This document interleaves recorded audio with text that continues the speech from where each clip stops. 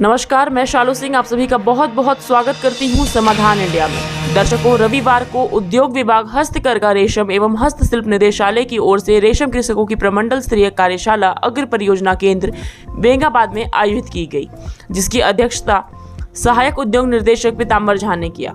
इस मौके पर मुख्य अतिथि सहायक उद्योग निर्देशक रेशम पदाधिकारी अनिल कुमार, सिल्वर राज, गिरिजी, राजरंजन वर्मा, एस हेमंत कुमार, रामेश्वर मिश्रा मौजूद थे। इस मौके पर सहायक उद्योग निर्देशक रेशम पदाधिकारी अनिल कुमार ने कहा कि रेशम ग्रामीणों अर्थव्यवस्था को मजबूत करने की महत्वपूर्ण भूमिका निभा रहा है। रेशम उद्योग से जुड़े कृषि के आय दोगुना करने के साथ ही साथ झारखंड से रोजगार के लिए पलायन रोकने के लिए सफल साबित हो रही है। आज प्रदूषण विश्व की समस्या बनी हुई है, उनको भी हल करने में वृक्षारोपण के माध्यम से रेशम कृषकों के लिए वरदान साबित हो रहा है। वहीं इस कार्यशाला की भूरी प्रशंसा भी की गई। कहा कि रेशम उद्योग आज पूरे झारखंड में चर्चा का विषय बना हुआ है। सरकार रेशम के प्रति नई योजनाएं बना रही है और वह समर्पित है। मैं आशा करता हूं कि आने वाले दिनों में यह उद्योग और बढ़ेगा, किसानों की आय और बढ़ेगी और हम झारखंड को विश्व के पटल पर एक नया आयाम दिला सकेंगे। पूरे विश्व में हमारा झारखंड का रेशम नंबर 1 है। सहायक उद्योग निर्देशक पीताम्बर झा ने कहा कि किसानों को जो चाहिए उसे देने के लिए सरकार हर वक्त तैयार है। हमारे माता बहनें महानगरों में जाकर 5 से 10 हज़ार रुपये मजदूरी के लिए काम करती है।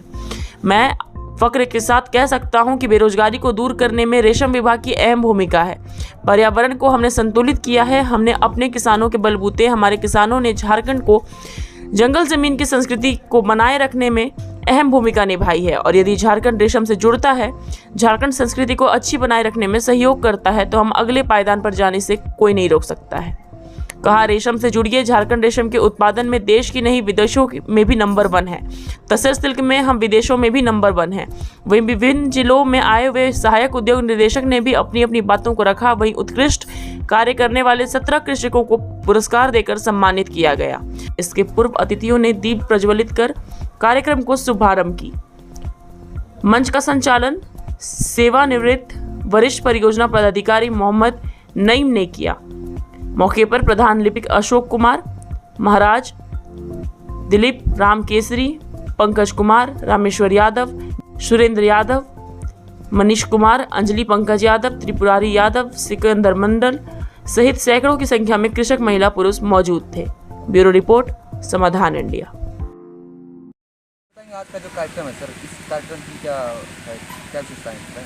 आज जो यहाँ पे रेशम कृषकों की एक दिवसीय क्षेत्रीय कार्यशाला का आयोजन किया गया, इसका मुख्य उद्देश्य रेशम कृषकों एवं उद्यमियों, इन सभी लोगों के बीच जागरूकता बढ़ाना है और जो तकनीकी ज्ञान है उसका आदान प्रदान किया जाना इसका मुख्य उद्देश्य है। हम निरंतर सालों भर किसानों के बीच काम करते हैं। किसान भी हमारे साथ सहयोग कंधे से कंधा मिलाकर काम करते हैं और हम इसको देश के लिए, राज्य के लिए, राजस्व के लिए भी और गरीब किसानों की समृद्धि के लिए भी निरंतर इसको चलाते हैं। लेकिन किसी भी कार्य को करने में बीच बीच में एक मोटिवेशन की ज़रूरत होती है, बीच बीच में एक विचारों के आदान प्रदान की ज़रूरत होती है। आप देखे होंगे प्राइवेट कंपनी में भी लोग समय समय पर मीटिंग करते हैं, उसमें एक से एक मोटिवेटर को बुलाते हैं और लोगों को प्रेरित करते हैं कि इस काम को अच्छे से करिए।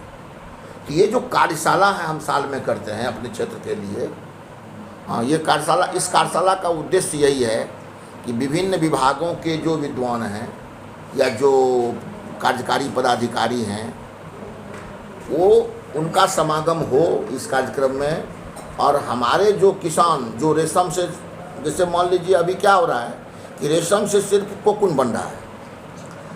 अब अगर एग्रीकल्चर वाला, एक बार हम प्लांटेशन लगाए, मैं आपको अनुभव बताता हूँ, प्लांटेशन लगाए और उसको बोला कि सर अगर इसमें फेंसिंग नहीं दीजिएगा तो मेरा उजड़ जाएगा, और उजड़ गया फेंसिंग के अभाव में। फेंसिंग हम नहीं दे सकते थे, लेकिन अगर मनरेगा, अगर प्रखंड के पदाधिकारी उसमें रुचि लेते तो वो उसका फेंसिंग हो जाता मनरेगा से और तब उसका फसल बच जाता।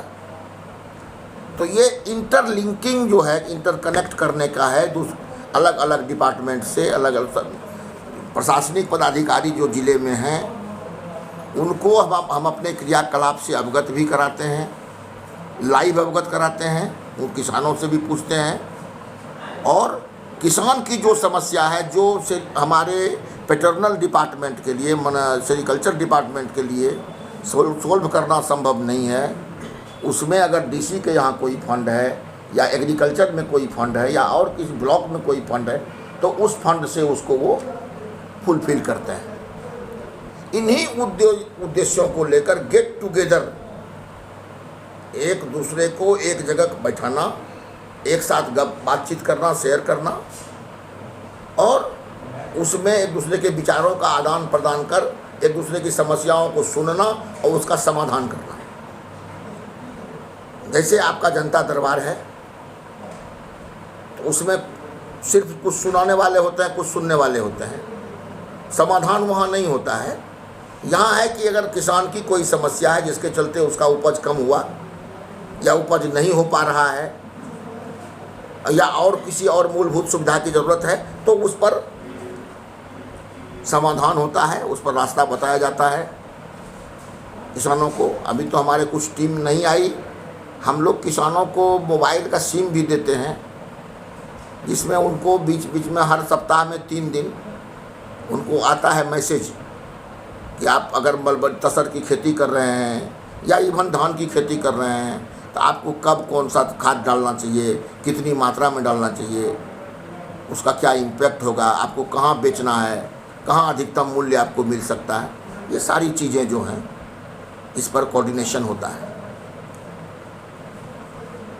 आज तक कितने जगह के टीम के लोग आए हुए थे सर? आज हजारीबाग, चतरा, धनबाद, बोकारो, गिरिडीह, देवघर,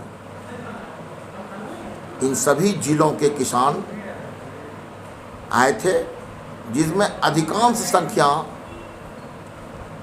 गिरिडीह जिले के बेंगाबाद प्रखंड की थी। अभी सर किसानों के लिए सर कोई योजना चल रहा है क्या सर रेशम लेकर?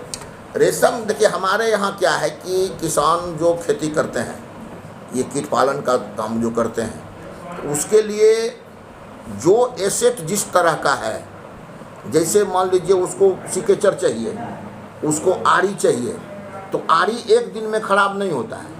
एक बार मिल गया तो वो 5 साल ये उम्मीद किया जाता है कि इस आरी से वो 5 साल करेगा, तो 5 साल में एक बार मिलता है। चूना ब्लीचिंग उसको हर फसल में चाहिए, तो चूना ब्लीचिंग हर फसल में मिलता है। इसके अलावा किसानों के लिए हम वर्मी कंपोस्ट और ये जो इंसेक्टिसाइड है उसका भी हम लोग इंतज़ाम करते हैं, उसका भी प्रोविज़न सरकार देती है।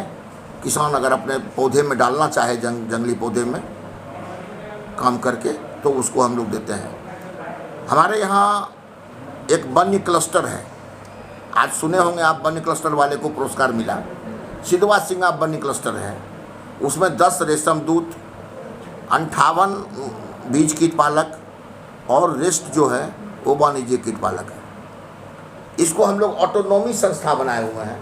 रेशम दूत को हम घर दिए हुए हैं, सबका घर है, आप चेक कर सकते हैं, सबको घर भी है, सबको सारा उपकरण दिए हैं, पानी का टंकी तक दिए हैं।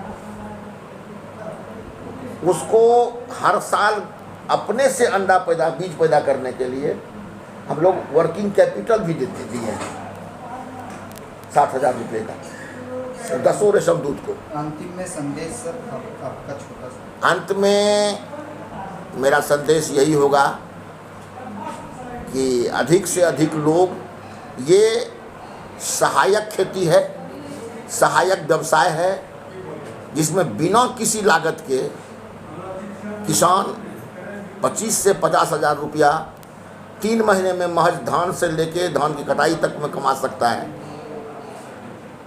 तो इसमें वन क्षेत्र उपलब्ध है, जहाँ भी वन क्षेत्र उपलब्ध है अधिक से अधिक लोग इसमें जुड़ें, महिलाएं उन भी जुड़ें इसमें, ताकि उनको सूत कताई में लगाया जा सके। सूत कताई में है हमारा कि हम आपको सिखा देंगे, काम आपको करना है, जितना काम करेंगे सामान हम खरीद लेंगे, आप काम नहीं करेंगे तो आपको नहीं मिलेगा। उसके लिए सरकार बाध्य नहीं है। आप काम करेंगे, आप 5 किलो धागा बनाएंगे, 5,000 रुपया आपको मिलेगा। 10 किलो धागा बनाएंगे, 10,000 रुपया आपको मिलेगा। और अगर आप 5,000 रुपया महीना अपने समाज में रह के, अपने परिवार के बीच रह के महीना में कमा लेते हैं तो ये बड़ी बात है। हमारे यहाँ आज भी महिलाओं का अधिकांश समय बर्बाद ही जाता है, वेजेज तो है नहीं सालों भर। तो इन सारी बातों को देखते हुए यही सब मोटिवेशन है जिसके चलते ये कार्यशाला होती है। हमको तो आप रोज़ देखते हैं, लेकिन जो विद्वान लोग आए थे जिन्होंने अपना अनुभव शेयर किया, वो लोग आपके यहाँ बीच में कभी कभी आते हैं और अपना ज्ञान देते हैं, उनका जो अनुभव है वो शेयर करते हैं। तो नेचुरली आपको ज़्यादा फायदा मिलेगा, ज़्यादा आपके बीच उस बात का विश्वास जमेगा कि जो बोला जा रहा है, जो कहा जा रहा है वो सही है, इसको करें। ओके।